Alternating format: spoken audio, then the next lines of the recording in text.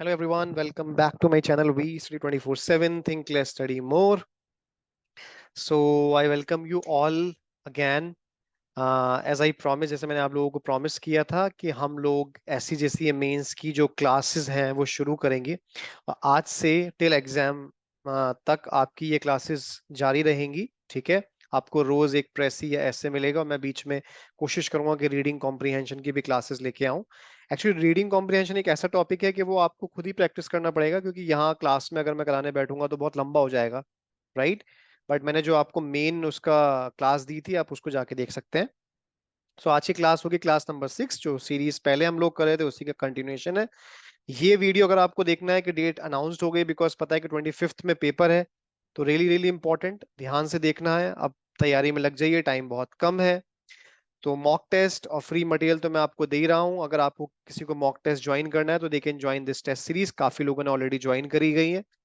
ठीक है, इसमें आपको 12 मॉक टेस्ट मिलेंगे, इंपॉर्टेंट स्टडी मटेरियल मिलेगा। इवेल्युएशन कर रहा हूँ मैं, 6 कॉपीज आपकी चेक होंगी, जो कि एक बहुत बड़ी बात है, क्योंकि इसमें आपका सिर्फ आपको डिटेल फीडबैक मिलता है। कॉपी भी चेक होती है, मार्क्स भी मिलते हैं, उसके साथ आपको डिटेल फीडबैक देता हूं मैं, कहाँ कमी हो रही है, कहाँ लैग कर रहे हैं।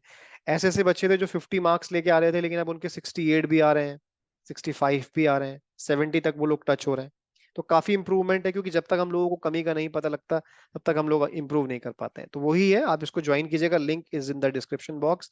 लेटेस्ट अपडेट के लिए मेरे पोर्टल पे लॉग इन करिए, और स्टडी मटेरियल के लिए भी। और please join my Telegram channel, मैं वहां पर अपडेट करता हूँ, चाहे वो बच्चे एनरोल हुए हुए हैं या नहीं हुए हुए हैं। आप प्लीज मेरे टेलीग्राम चैनल को फॉलो करिए। और जिन जिन लोगों को टेस्ट सीरीज में कोई प्रॉब्लम आ रही है, दे कैन मेल मी।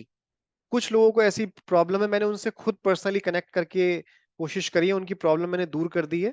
और जब आप कॉपी सबमिट करते हैं थोड़ा सा पेशेंस रखिए, क्योंकि काफी सारे लोग मुझे कॉपी देते हैं तो मुझे उनसे बात करनी पड़ती है। So that is the thing, right. तो आपको बिल्कुल भी टेंशन लेने की जरूरत नहीं है।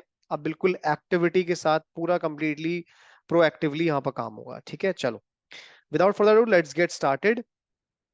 ये सारी चीजें आपको मिल रही है टेस्ट सीरीज में, you can join that. So precis writing देखते हैं। The instinctual reaction to stimuli for survival is a common trait found in almost every organism. मतलब हम जो किसी चीज का रिएक्शन देते हैं, ठीक है, इंस्टिंक्चुअल रिएक्शन का मतलब होता है जैसे कि मुझे किसी ने पीछे से एकदम मारा तो मैं एकदम पीछे घूम के देखूंगा। ये कॉमन ट्रेट होता है, ठीक है, किसी भी ऑर्गेनिजम्स का। This adaptive response to various situations is deeply rooted in the evolution. ये इवोल्यूशन के अंदर डीपली रूटेड है। The study of human emotions can be traced back to the 19th century, when psychologists began exploring the reasons behind different emotional experiences. Over the years, several theories have emerged to explain the origins and functions of emotions, yet they remain theoretical in nature. मतलब over the years वही वाली बात है, बहुत सारी theories दी गई 19th century में, psychologist ने ये डिफरेंट इमोशंस पे वर्क करना स्टार्ट किया। ठीक है, तो यहाँ पर कहीं ना कहीं हमने ये देखा कि ये पूरा का पूरा पैराग्राफ जो है वो कहीं ना कहीं इमोशनल स्ट्रेंथ से है रिलेटेड। ठीक है, इमोशन से है, साइकोलॉजी से है, कहीं ना कहीं हमें अंदाजा हो रहा है। ये बात आप बैक ऑफ द माइंड में लेके चलेंगे। They serve as mechanism, okay, to regulate and gather emotional experience, allowing individuals to navigate their environment effectively. मतलब हमारे जो इमोशंस होते हैं या जिस स्पेसिफिक सिचुएशन से हम एनकाउंटर करते हैं, उसी की वजह से हमारे अंदर एक अडेप्टिव रिस्पॉन्स पैदा होता है। जैसे कि अगर मैंने कोई गर्म चीज छुई है, इसका कहने का मतलब ये है, तो ऑटोमेटिकली मेरा हाथ वहां से दूर जाता है। जब आपके आंख के पास कोई आके ताली बजाएगा तो आपकी आंखें बंद हो जाती हैं। ये ह्यूमन रिस्पॉन्स है, राइट। यही होता है, डर में हम लोग एकदम से, हम लोगों के हाथ पैर कांपने लगते हैं, बॉडी आपको सिग्नल देने लगती है, आपको एहसास होने लगता है। Fear and emotions associated with ancient parts of the brain is thought to have evolved among our pre-mammalian ancestors. इसको माना जाता है कि हमारे जो pre-mammalian ancestors से उनके थ्रू ये आया है। It is likely served as a crucial survival mechanism in the face of potential threats. Fear हमें कब लगता है? जब potential threat हमें लगता है कि कोई ना कोई खतरा है, तो हम डरने लगते हैं। डर हमें ये बताता है कि हमें बचना है यहाँ से। Another emotion deeply rooted in the evolutionary history is the emotion of mother's love. इसको बोलते हैं filial emotion, right, in which it is believe to have emerged among early mammals. ये अर्ली मैमल्स में भी पाया जाता है। These emotions are considered adaptive responses that facilitated the survival of the species. Filial emotion पता है आपको क्या पता है? फिलियल लव वो होता है जो हमारे करीबी लोगों के बीच में होता है, जैसे कि माँ बाप या उनके बच्चों के आपस में जो एक इमोशन होता है, जैसे माँ का इमोशन बच्चे से जुड़ा हुआ होता है, उसको बोलते हैं फिलियर emotion. Emotions are not solely products of individual experiences, they also function as manipulative strategies that favor survival. Emotional सिर्फ solely पूरी तरीके से, पूर्णतः बोलते हैं इसको हिंदी में, कि इंडिविजुअल एक्सपीरियंसेस नहीं है, ये आपकी मैनिपुलेटिव स्ट्रेटेजीज भी होती हैं जो कि सर्वाइवल में हेल्प करती हैं। इन सर्टेन सिचुएशंस इंडिविजुअल्स में feign emotions to escape punishment or manipulate others for personal gains. Certain situations में जो इंडिविजुअल्स होते हैं वो फीन इमोशंस का मतलब होता है प्रिटेंड करना, दिखावा करना। क्यों करता है ऐसा? कोई भी ऑर्गेनिज्म पनिशमेंट से बचने के लिए, मैनिपुलेट करने के लिए, अपने पर्सनल मतलब के लिए। For instance an accused person might exaggerate their display of anger to sway judgment in their favour. एक जो अक्यूज पर्सन है वो एग्जैजरेट कर सकता है अपने एंगर को, ताकि उसका जजमेंट उसके फेवर में आ जाए, right? Such emotional manipulation can serve as a survival strategy, allowing individuals to navigate social dynamics and influence others to meet their needs. Among the diverse range of emotions, one of the most intriguing is disgust. अब इसने क्या बताया यहां पर? उसने emotions emotions emotions की बात करी। अब इसने कहा कि इसमें सबसे इंपॉर्टेंट जो इमोशन है, इंट्रीगिंग मतलब थोड़ा इंटरेस्टिंग, जिसके बारे में जानने की जिज्ञासा हो, जो कि इंटरेस्टिंग लगे, उसको बोलते हैं disgust. Disgust arises when the body senses potential dangers to the immune system. Disgust मतलब घृणा की जो फीलिंग होती है, ऐसे करके जो होता है आपका लगता है, और फिजियोलॉजिकल वेलबींग, और इसमें दोनों ही होता है। जब आपका इम्यून सिस्टम किसी चीज का पोटेंशियल थ्रेट देखता है तो आपको डिस्गस्ट फील होता है, राइट? जैसे किसी गंदी चीज को देख के उल्टी आने लगती है, क्या होता है ये? या आप कुछ खा लेते हो। It plays a critical role in alerting the brain to potentially harmful substances or situations.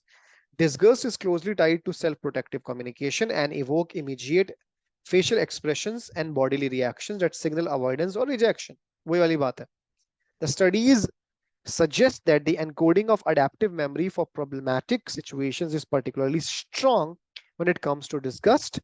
This heightened sensitivity to potential threats further reinforces the role of disgust as an evolutionary advantageous emotion. बहुत ही advantageous emotion है। अगर conclusion की बात करें, the study of human emotions reveals their revolutionary evolutionary underpinnings.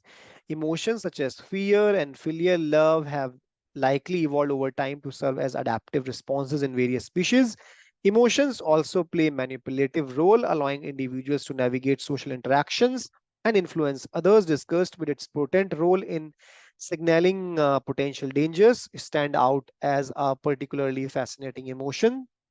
Its association with self-protective communication and heightened encoding in adaptive memory further highlight its significance in human survival and emotion.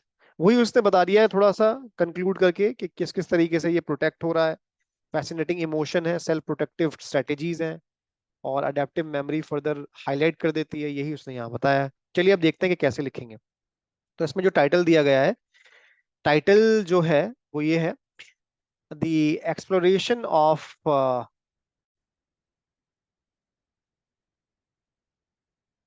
Yes. तो emotions emotions बार बार आ रहा था, जो पूरे एक paragraph के अंदर घूमता है इर्द गिर्द, एक वर्ड या एक मेन आइडिया, वो आपका टाइटल में होना चाहिए। जैसे कि the origins of human emotions. और फिर सेकंड चीज जिस पे फोकस करी गई है, वो बार बार बोला गया है कि मोस्ट इंपोर्टेंट क्या है, डिस्गस्ट है, लेकिन उसकी क्या? तो मैंने जो यहाँ पर दिया है इसका ये, the origins of human emotions and complexities of disgust. तो वही लिखेंगे हम, the exploration of human emotions dates back to 19th century, investigating their origins and functions. Emotions are thought to stem from repeated encounters with specific situations, acting as adaptive mechanism to effectively navigate and regulate the environment. Fear and parental love have deeply evolutionary roots, aiding survival in ancestral species. Emotions also serve manipulative purposes, allowing individuals to simulate or amplify emotions for personal benefit or to avoid punishment. Among various emotions, disgust is particularly fascinating, triggered by potential threats to immunity or physical well being. Disgust plays a vital role in self protective communication and is strongly ingrained in adaptive memory. Its importance lies in the immediate facial expression, bodily responses, and heightened sensitivity to potential dangers, underscoring its evolutionary advantage in human survival.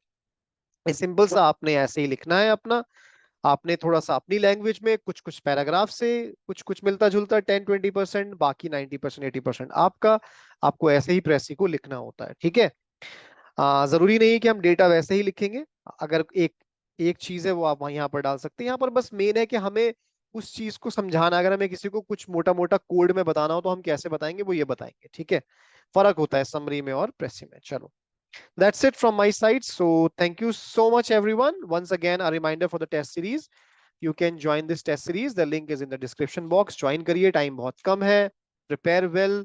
आपको बहुत improvement दिखाई देगा, क्योंकि last time पे और कोई तरीका नहीं होता है तैयारी करने का. So you can join this test series.